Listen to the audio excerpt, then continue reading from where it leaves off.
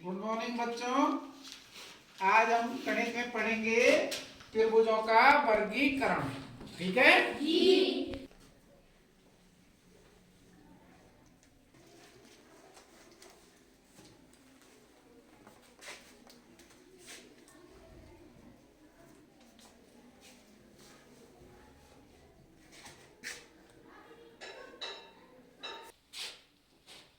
तो बच्चों, त्रिभुजों का जो वर्गीकरण है वो दो तरह से होता है। ठीक है जी। पहला है भुजाओं के आधार पर, मीन्स जो त्रिभुज होगा उसकी भुजाओं की जो साइज है, जो लंबाई है, उसके आधार पर हम त्रिभुजों का वर्गीकरण करते हैं।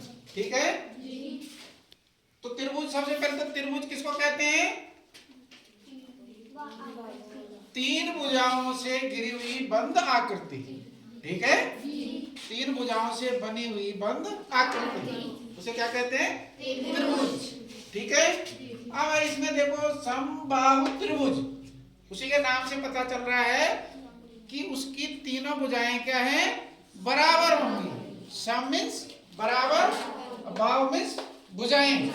जिस त्रिभुज की तीनों भुजाएं समान होंगी या बराबर होंगी उसे क्या कहेंगे? समबाहु त्रिभुज। समझ गए? जैसे त्रिभुज देखो, इसकी तीनों भुजाएं कितने सेंटीमीटर की है? 12-12 सेंटीमीटर। समझ गए ना जी। दूसरा है समद्विबाहु त्रिभुज, मीन्स वह त्रिभुज जिसकी दो भुजाएं क्या होंगी? समान होंगी। उसकी दो भुजाएं क्या होंगी? समान होंगी। देखो इसकी ये 13-13 सेंटीमीटर की है ना दो भुजाएं, इसकी देखो तुमने 12-12 सेंटीमीटर की तीनों भुजाएं। ठीक है। जिस त्रिभुज की दो भुजाएं समान होंगी उसे कहेंगे समद्विबाहु त्रिभुज। तीसरा है विषमबाहु त्रिभुज, मीन्स जिस त्रिभुज की तीनों भुजाएं अलग अलग माप की होंगी।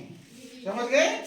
जैसे इसकी देखो ये 13.5 सेंटीमीटर है, ये 11.5 सेंटीमीटर है और ये कितनी है? 12 सेंटीमीटर। तीनों भुजाओं का जो लंबाई है वो क्या है? अलग अलग है, इसीलिए इसको क्या कहते हैं? विषमबाहु त्रिभुज। अब ये तो हो गया भुजाओं के आधार पर। अब हम देखेंगे कोणों के आधार पर। ठीक है। तो सबसे पहला है न्यून कोण त्रिभुज। समझ गए? वह त्रिभुज जिसके तीनों कोण क्या होंगे? न्यून कोण होंगे। न्यून कोण मीन्स 90 से छोटे होंगे तीनों कोण। क्लियर?